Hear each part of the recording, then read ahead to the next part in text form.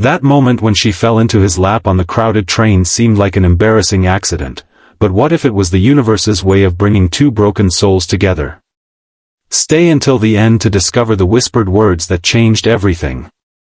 If you're enjoying this story, please hit that like button and subscribe to our channel for more heartwarming tales that remind us love finds us in the most unexpected places. The 6:15 train to Manhattan was always packed, but today it felt particularly suffocating. Michael Bennett clutched his worn leather briefcase with one hand while checking his watch with the other. He had exactly 47 minutes to get across town for Emma's parent-teacher conference. Another promise he was determined not to break. At 38, Michael's face carried the weathered lines of a man who'd aged beyond his years.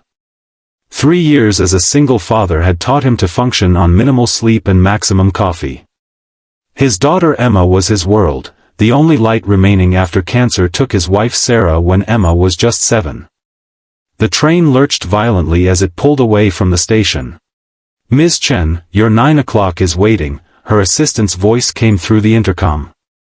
Alexandra straightened her spine, slipped on her CEO mask, and pushed thoughts of the kind-eyed single father from the train out of her mind.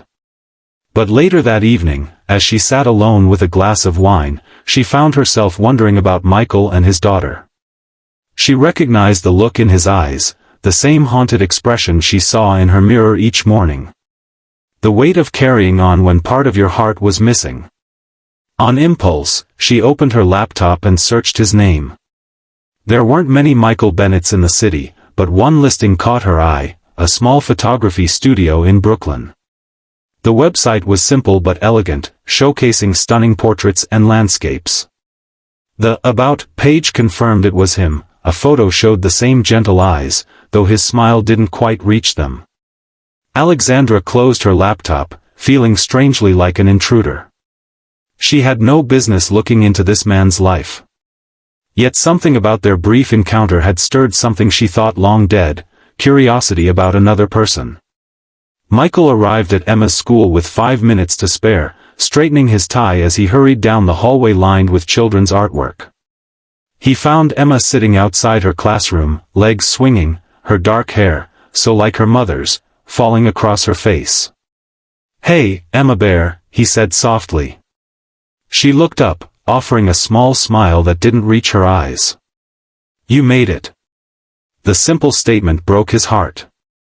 There had been too many times he hadn't made it, caught in a photo shoot that ran late, or stuck in traffic while trying to balance work and fatherhood. "I promised, didn't I?" He sat beside her, gently tucking her hair behind her ear. "How was your day?" Emma shrugged. "Fine." Before he could probe further, Ms. Winters opened the classroom door. "Mr. Bennett, Emma, please come in." The conference went as Michael had feared. Emma was falling behind in math and science. She wasn't participating in class discussions. Most concerning, she had stopped interacting with other children during recess, preferring to sit alone with a book. "Have you considered grief counseling?" Ms. Winters asked gently. "The school offers resources." "We tried that last year," Michael interrupted, feeling defensive. Emma didn't connect with the therapist. "Dad, can I wait outside?" Emma asked suddenly, her voice small. Michael nodded, watching as his daughter slipped out of the room. When the door closed, he ran a hand through his hair. "I'm trying," he said, his voice cracking slightly. "But I don't know how to help her when I can barely help myself some days." Ms. Winters' expression softened. "Single parenting is incredibly difficult, Mr. Bennett. And grief doesn't follow a timeline. But Emma needs more support than you can provide alone." Michael nodded, the truth of her words settling heavily on his shoulders.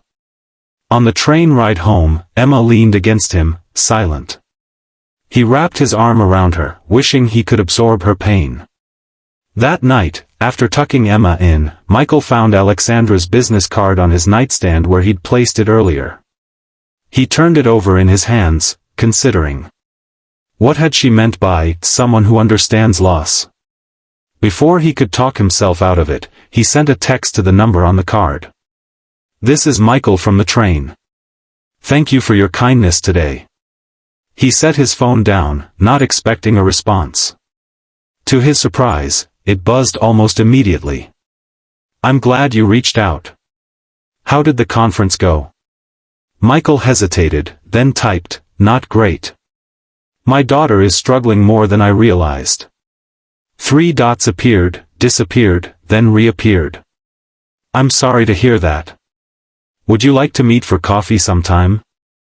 Sometimes it helps to talk to someone outside the situation. Michael stared at the message. Was this a date? No, she was just being kind. And truthfully, he could use a friend who wasn't walking on eggshells around him, treating him like, poor Michael, who lost his wife. That would be nice. Thank you. They arranged to meet at a small cafe near Central Park that Saturday. Michael asked his sister-in-law to watch Emma, telling himself this wasn't anything to feel guilty about. Just coffee with a new acquaintance. Alexandra arrived at the cafe 15 minutes early, a habit from years of business meetings. She dressed casually in jeans and a sweater, her hair loose around her shoulders, a deliberate choice to distance this meeting from her professional life. She spotted Michael the moment he walked in, his tall frame hesitating at the entrance as he scanned the room. He looked different outside the confines of the train, more at ease in jeans and a simple button-down shirt, a camera bag slung over his shoulder. She raised her hand in greeting, and his face relaxed into a smile as he approached. I hope I'm not late, he said, sliding into the chair across from her.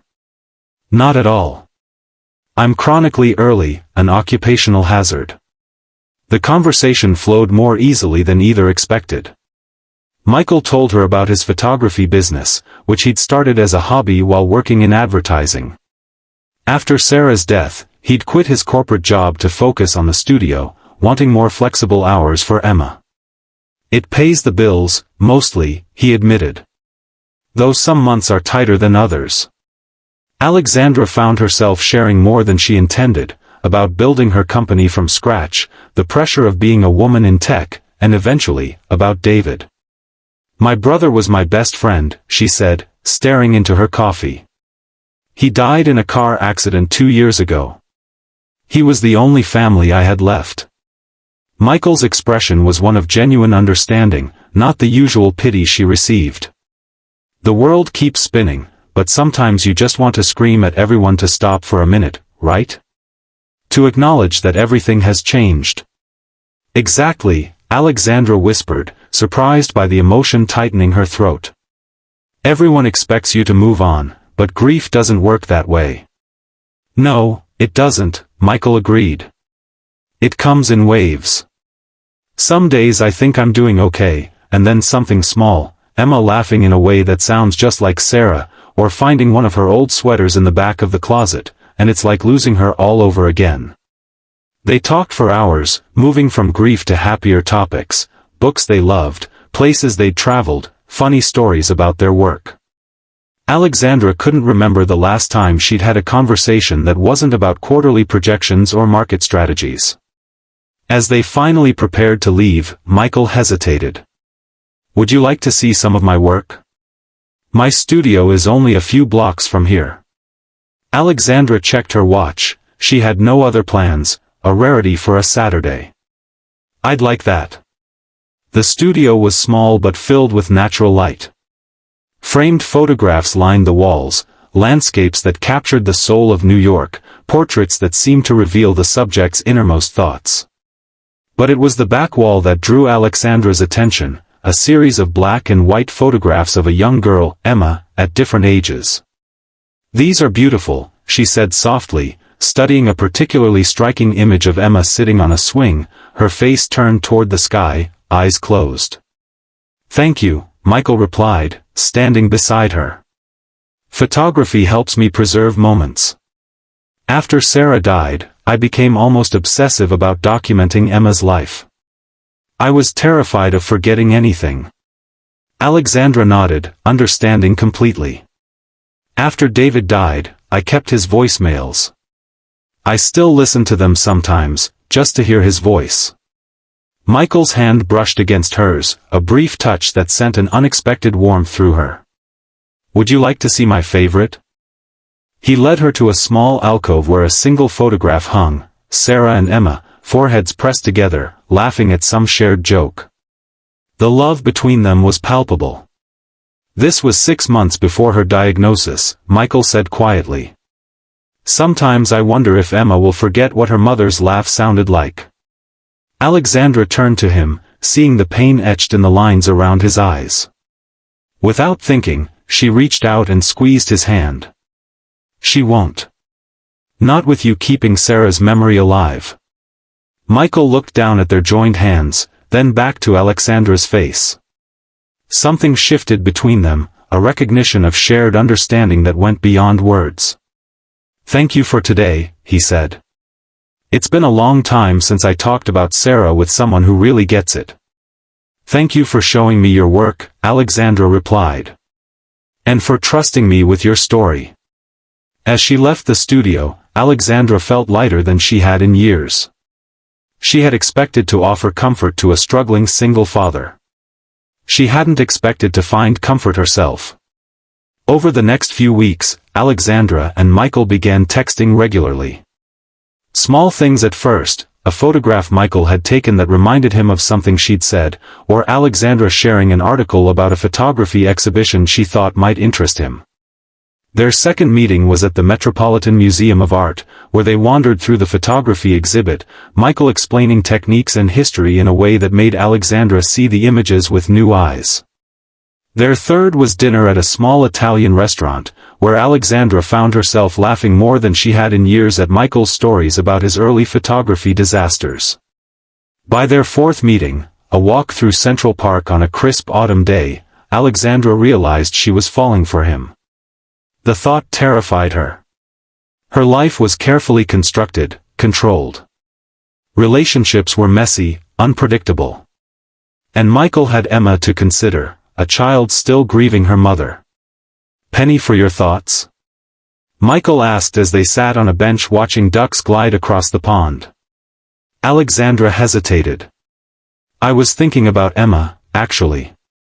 "Have you told her about our friendship?" Michael nodded slowly. "I mentioned meeting a new friend.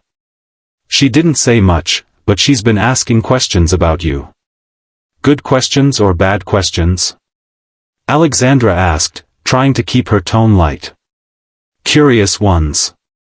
She wants to know if you like Harry Potter and if you can do a cartwheel." Michael smiled.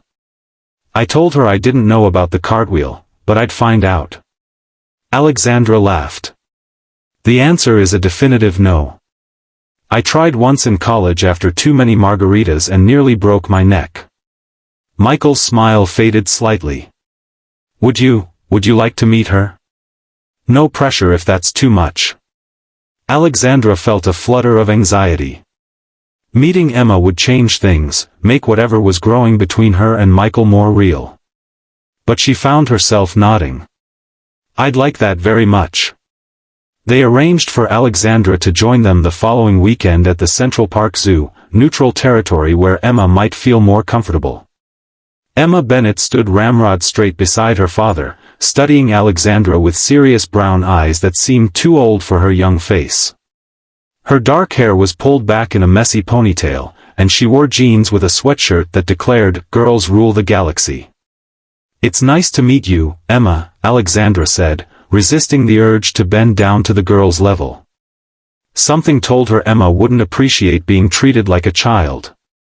"Dad says you run a big company," Emma replied, her tone carefully neutral. "I do. We make software that helps people communicate better." Emma nodded, processing this information. "Do you like animals?" "I do. Especially elephants." This earned Alexandra the first hint of a smile. "Me too. They remember everything and take care of each other." "That's exactly why I like them," Alexandra replied, genuinely surprised by the girl's insight. Michael watched their interaction with cautious hope. "Should we head inside? I hear the new snow leopard cubs are finally on display." The day unfolded better than any of them had dared hope. Emma gradually relaxed, even taking Alexandra's hand to pull her toward the penguin exhibit. By the time they stopped for ice cream, Emma was chattering about her science project and asking Alexandra questions about computers. "Dad's terrible with technology," Emma confided, licking her chocolate cone. "He once deleted all his photos by accident and cried." "I did not cry," Michael protested, though his ears reddened. "I expressed manly frustration." Alexandra laughed. "Well, if you ever need tech help, I'm pretty good at recovering lost files." "See, Dad? This is why you need friends who aren't just other photographers," Emma said matter-of-factly. Michael and Alexandra exchanged a glance over Emma's head, both suppressing smiles. As the day drew to a close, Emma grew quieter. When they reached the exit, she suddenly asked, "Are you going to be Dad's girlfriend now?" Michael choked on his water. "Emma." Alexandra felt her cheeks warm but met Emma's direct gaze. "Your dad and I are friends who enjoy spending time together. That's all we're figuring out right now." Emma considered this. "My mom died of cancer." "Dad probably told you." "He did," Alexandra said gently. "I'm very sorry." "I don't remember her voice anymore," Emma admitted, her voice small. "Sometimes I look at pictures and can't remember what she sounded like." Michael knelt beside his daughter, pulling her into a hug. "Oh, Emma Bear." Alexandra stood awkwardly to the side, heart aching for both of them. After a moment, Emma pulled away from her father and looked up at Alexandra. "My Uncle David died too. He was my dad's best friend from college. Dad says grief is like carrying a rock in your pocket. It